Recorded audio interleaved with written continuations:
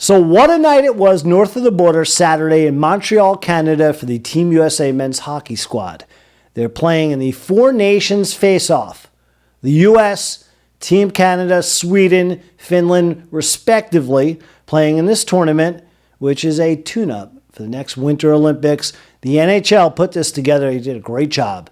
They swapped out the All-Star Weekend, swapped in this tournament, and it's been fantastic so far, at least for Team USA. They're on to the championship game. They'll play either Finland or Canada, who will skate tomorrow afternoon. Now, the U.S. will play an inconsequential tune-up game tomorrow night in Boston against Sweden. Now, Saturday night for the U.S. First off, it started ugly. The national anthem played in front of the hometown squad in Montreal, booed. Take a look, take a listen.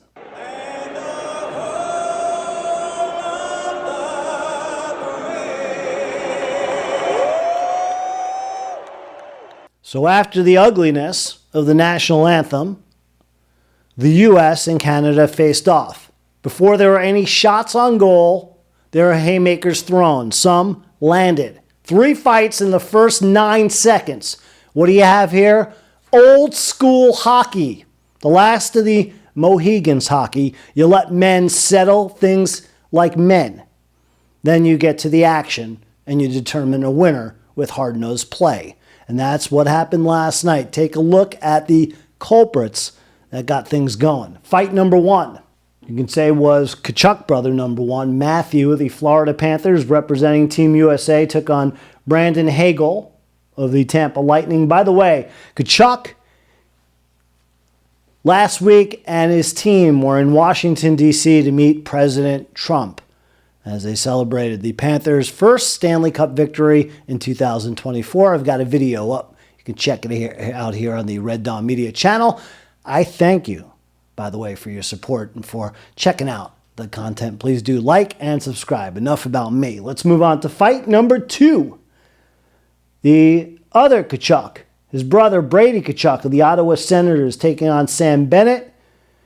Then a mere 6 seconds later, JT Miller of Team USA, a hell of a hockey player and one tough dude, taking on Colton Parayko. And Colton Parayko is a big SOB.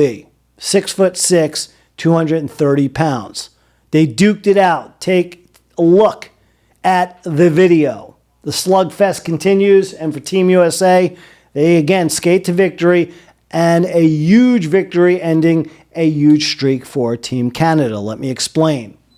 And Canada's 17-game win streak snapped in best-on-best competition.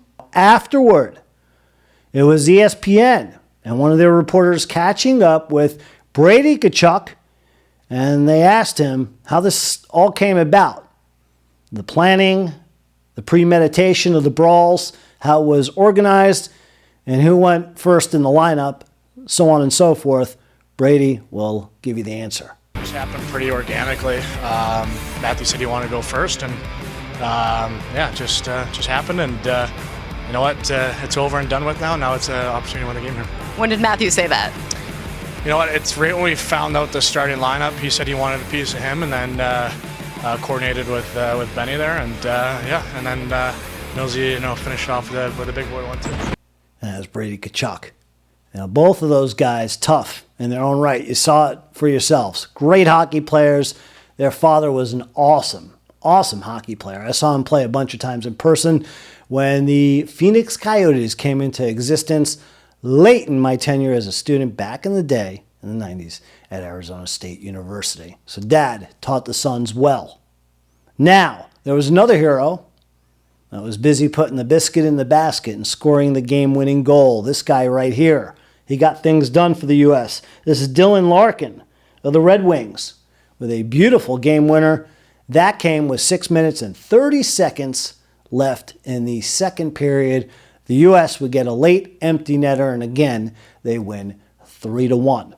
What a victory it was, as they overcame getting booed at the national anthem, kicked butt in the first 10 seconds with 3 separate fights, then they win 3-1.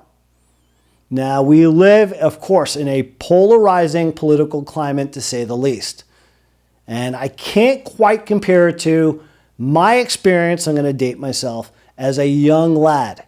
Back in 1980, I remember when Team USA defeated the Soviet Union in the semifinals in the Miracle on Ice Olympics to win gold at Lake Placid in 1980. A lot of coincidences between then and now, 45 years later, right?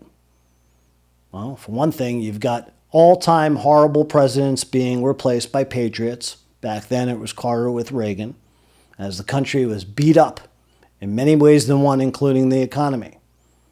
Nowadays, Sleepy Joe's out, Trump is back in, looking to make America great again, like Reagan was unofficially trying to do the same thing in his own way back in 1980. The U.S., of course, then involved in a Cold War with the Soviet Union.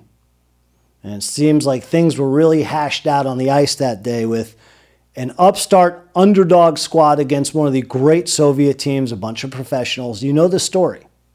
You know the story. If you haven't seen the movie, it's great. Kurt Russell does a great job playing Herb Brooks, the real-life coach. Go see it.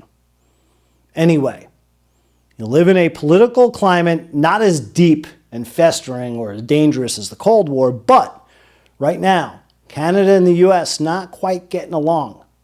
Trump slapping the tariffs on Justin and the Canadians, also even talking about making them a 51st state. So right now, as Trump gets back in office, there's not a lot of love between the U.S. and the neighbors to the north. But you know what? We showed him a thing or two on the ice Saturday night. We'll see if the rematch comes later in the week.